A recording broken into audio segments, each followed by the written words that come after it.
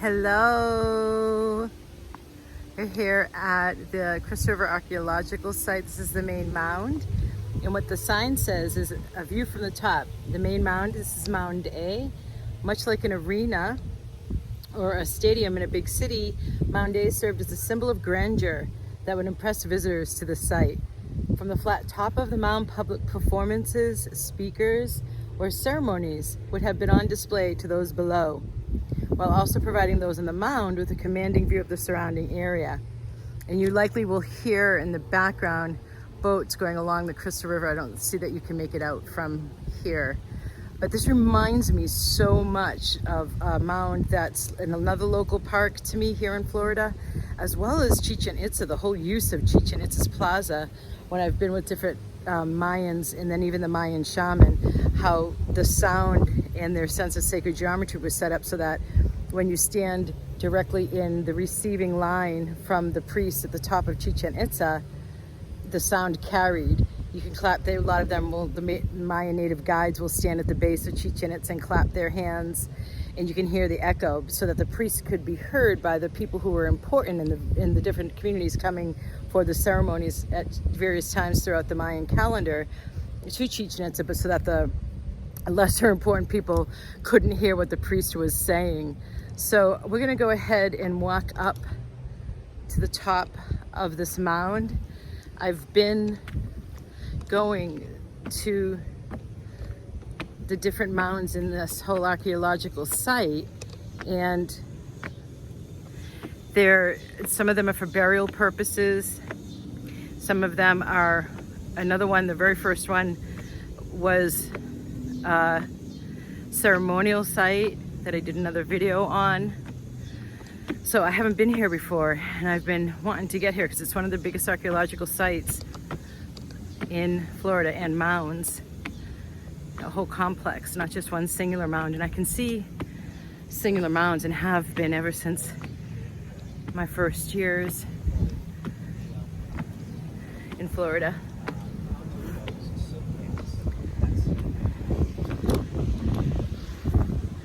Okay, so there's the river. A lot of activity on this here Saturday. And then here,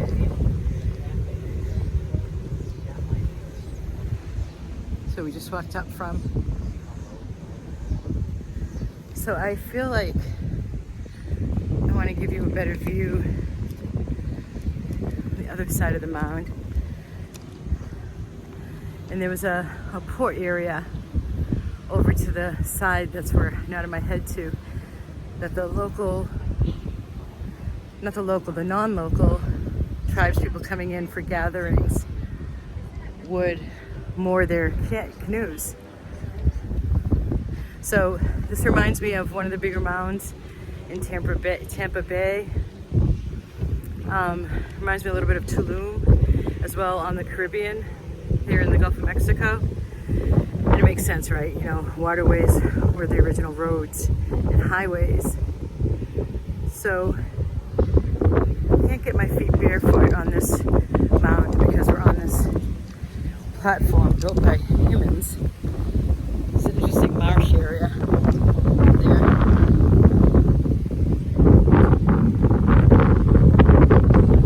And one of the conversations that's happening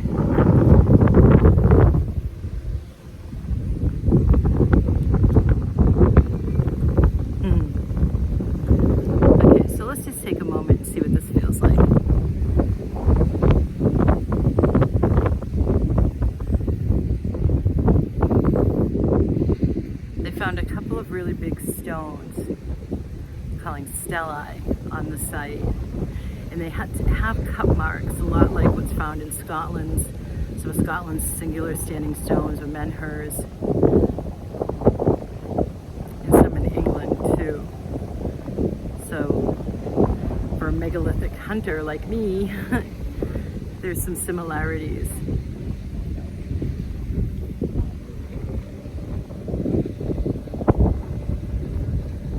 This one has more of a feeling of importance than the first ceremonial mound that I was over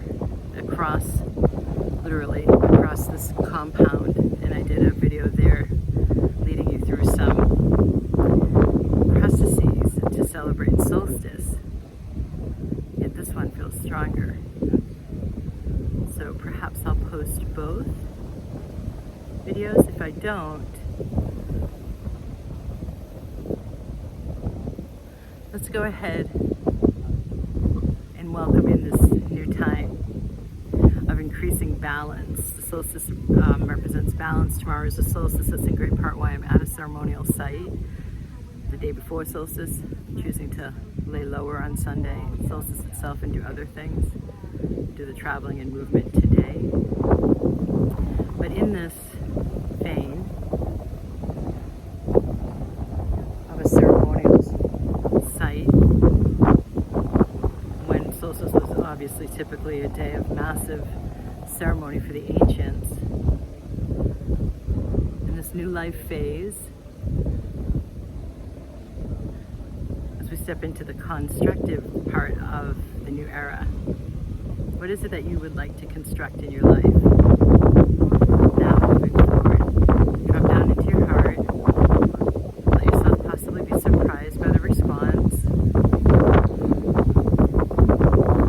I've been on Zooms for so long, I forget where I'm supposed to look. So excuse me if I seem to be looking around, so I can look directly at you.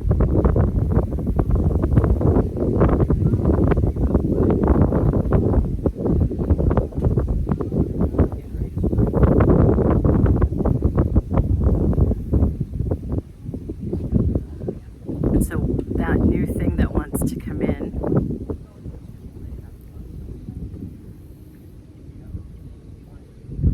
sending you blessings right now for it to be able to come in.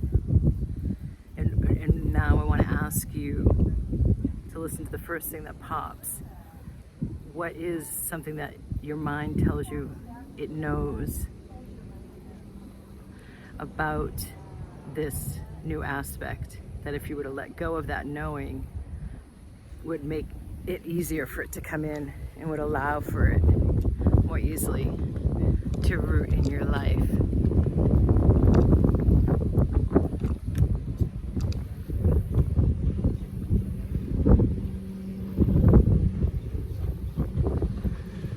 Doing some processes silently right now to help you and us.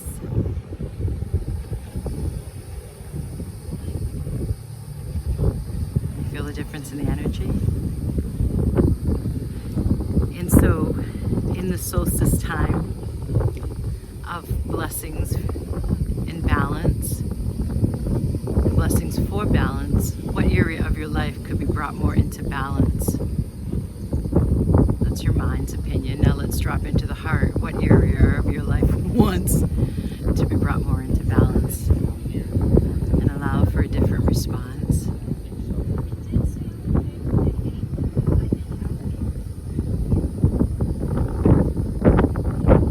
I got a different one this time from where we were, where I was in the first video, in the first site. So many solstice blessings to you as we all enter this new life phase now. And as you make empowered co-creative choices to step into this new life phase, not one of the things that I would love to claim for everyone as appropriate for your highest and best is to have more balance between the intellect and the heart. I've noticed being on so many multiple podcast interviews in the past 6 months after the release of the Dragon Master Creatrix, my latest book, that there are so many people who know new things from the spiritual awakening times that we're in now. But they know them from their intellect. It's an intellectual knowing. And I find myself consistently speaking in a way that allows for the actual embodiment, the feeling of it, and the knowing of it. Yeah. I know, to surrender control. Oh yeah, to be more aware of my choices. But used in that kind of way where it's like I have to in order to blank. Rather than an intuitive knowing, I think I'm supposed to be looking at you over here.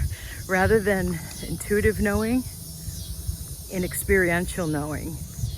And that's what I'm all about. So that quiets all the intellectual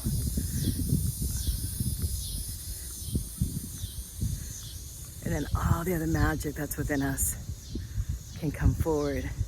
Not disregarding the intellectual, but building on it, not letting it be the stopping point. So that once you know it, cool. But it doesn't ever get applied. So what intellectual knowing can you let go of? And what further choices can you make to help you with a more embodied, there's a new mound over there that just caught my eye, a more embodied knowing, where you can advance the peace and balance in your life, moving it, dropping it down out of the head. It's a more subtle mound. So thank you for being a part of this solstice ceremony. Much love, many blessings. Namaste. Bye.